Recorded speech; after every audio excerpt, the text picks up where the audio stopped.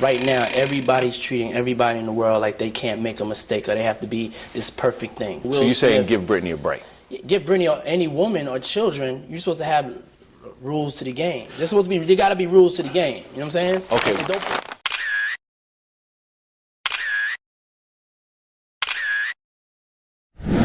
Diddy weirdly made the talk show rounds in 2018 leading up to Justin Timberlake's halftime show that year. And correct me if I'm wrong, but I couldn't find any projects that he was working on to promote in 2018. So I think it was just to promote Justin.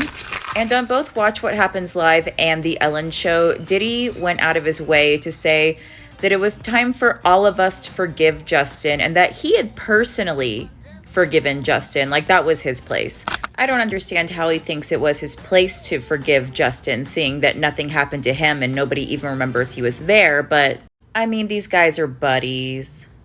Look at them, they're buddies. I mean, friends stick up for friends, right? P. Diddy, one of the biggest names in the music industry, may have played a crucial role in Britney Spears' public and personal collapse. According to the claims, Diddy was not just a passive observer, but actively orchestrated events that led to Britney's infamous 2007 MTV Video Music Awards VMAs performance, widely regarded as a key moment in her downward spiral.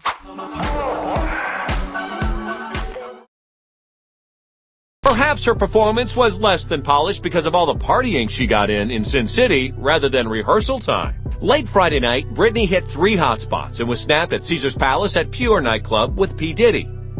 Saturday night, she hit the dance floor again. And last night, after leaving the awards, Britney was spotted at Noir nightclub until 2:30 this morning, where she apparently spent most of her time in the restroom. Fans speculate that Diddy allegedly gave Britney substances the night before the VMAs, directly contributing to the chaotic, disjointed performance that shocked the world.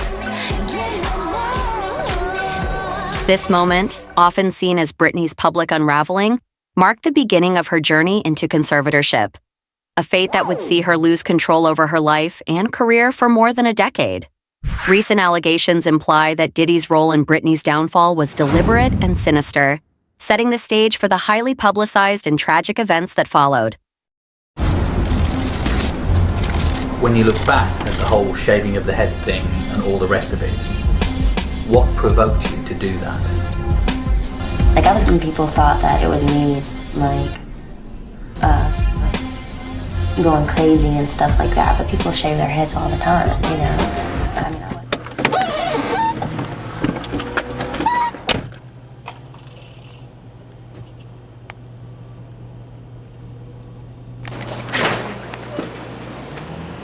Careful. Staying up all night?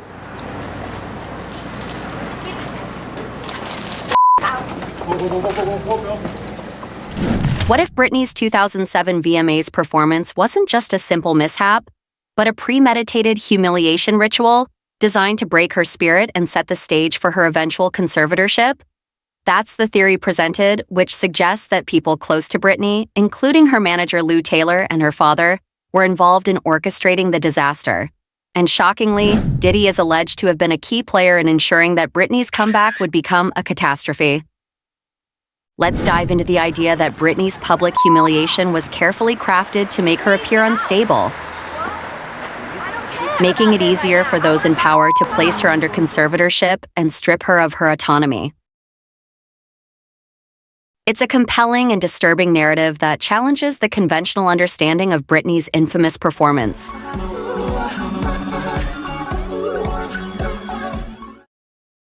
Britney Spears' conservatorship, established in 2008, became a major talking point for over a decade, with many questioning how one of the world's biggest stars could lose control of her life so completely. This was likely no accident, but a well-thought-out plan by powerful figures like Robin Greenhill and Lou Taylor, key players in Britney's management team and conservatorship.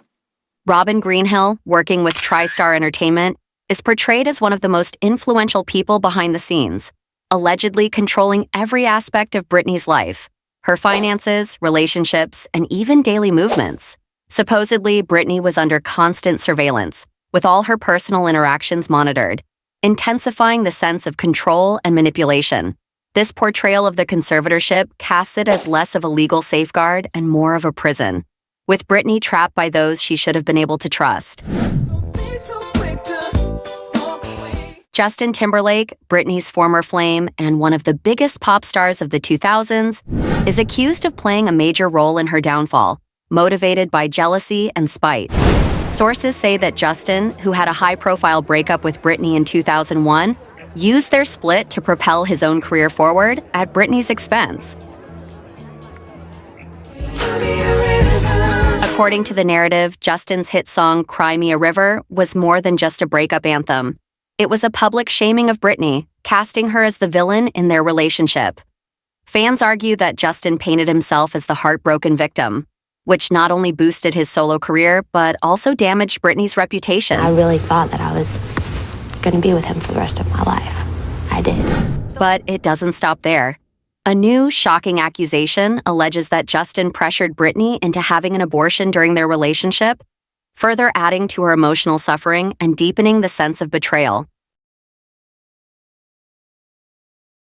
Connections between Diddy and Timberlake can be drawn, suggesting that the two were more than just industry acquaintances.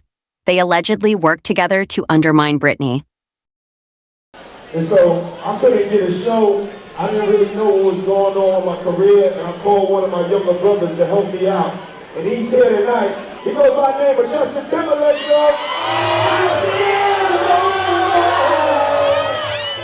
Allegedly, Diddy encouraged Justin Timberlake to go solo and abandon NSYNC, with one account claiming that Diddy told Timberlake to drop these effers, referring to his bandmates.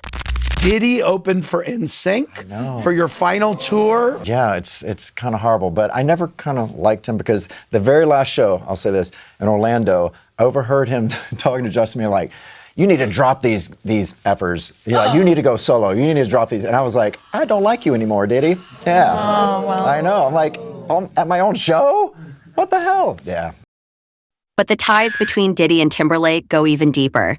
Claims have been made that both artists bonded over their involvement in sabotaging Britney's career, with Diddy reportedly pulling strings to help Timberlake's career during key moments. This alleged alliance between two powerful men in the industry adds another layer of intrigue to the conspiracy narrative, with Britney seemingly caught in the crossfire. One key incident is Britney's New Year's Eve 2006 episode, where she was reported to have passed out at a Las Vegas nightclub. This event, which caused a media frenzy, became another instance where Britney was painted as out of control and unstable. Was this incident wasn't just a random occurrence? Or was it part of a calculated effort to push the narrative that Britney was spiraling?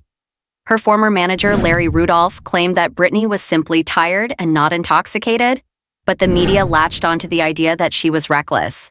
This moment became another building block in the narrative of Britney's decline, adding to the public perception that she was no longer in control of her life. One of the most shocking allegations is that Britney Spears was allegedly the paymaster for trafficking activities, a disturbing twist in the broader conspiracy involving Diddy and those close to her conservatorship. While this is presented as part of a larger plot, it's important to note that this claim is based on rumors and hasn't been substantiated by any official sources.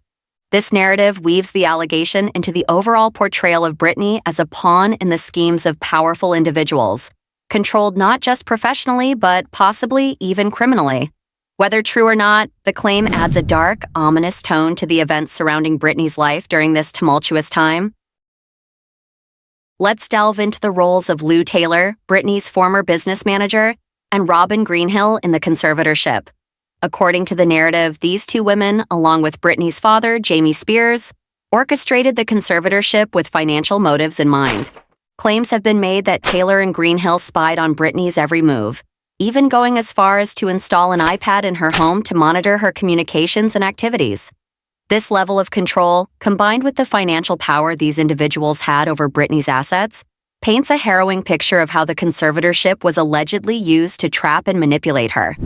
Britney's numerous attempts to enter rehab in 2007 were highly publicized, and these efforts could have been part of a greater manipulation to portray her as mentally unstable.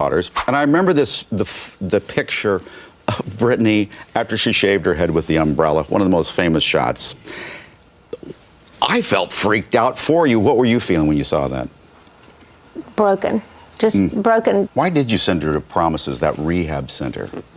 Well, I just felt like she needed to sort her life out. Sometimes, if you, like I said, don't run from your problems, you need to stop. You need to stop what you're doing and think. What was she doing? Was she doing drugs and alcohol, do you think? I don't know. According to sources, her management, particularly Larry Rudolph, used these rehab stints to further destabilize Britney's public image, pushing her closer to conservatorship. While Britney tried to fight back, such as by writing an open letter to her fans, her attempts were drowned out by a media frenzy that painted her as a danger to herself and her children, making the tabloids seem complicit in the plot, fueling the narrative that Britney was mentally unfit and needed to be controlled. After the release of the Framing Britney Spears documentary in 2021, Justin Timberlake faced widespread backlash for his role in Britney's downfall. Justin's public apology was too little, too late. While Justin apologized to Britney and Janet Jackson, who also suffered fallout from their infamous Super Bowl performance, the fans suggest that his apology was superficial and served more as damage control than a genuine expression of regret. This narrative underscores how Justin may have used his relationship with Britney to advance his career, while helping to fuel the negative media narrative that contributed to her ultimate breakdown. Was Justin just another figure who profited off Britney's pain?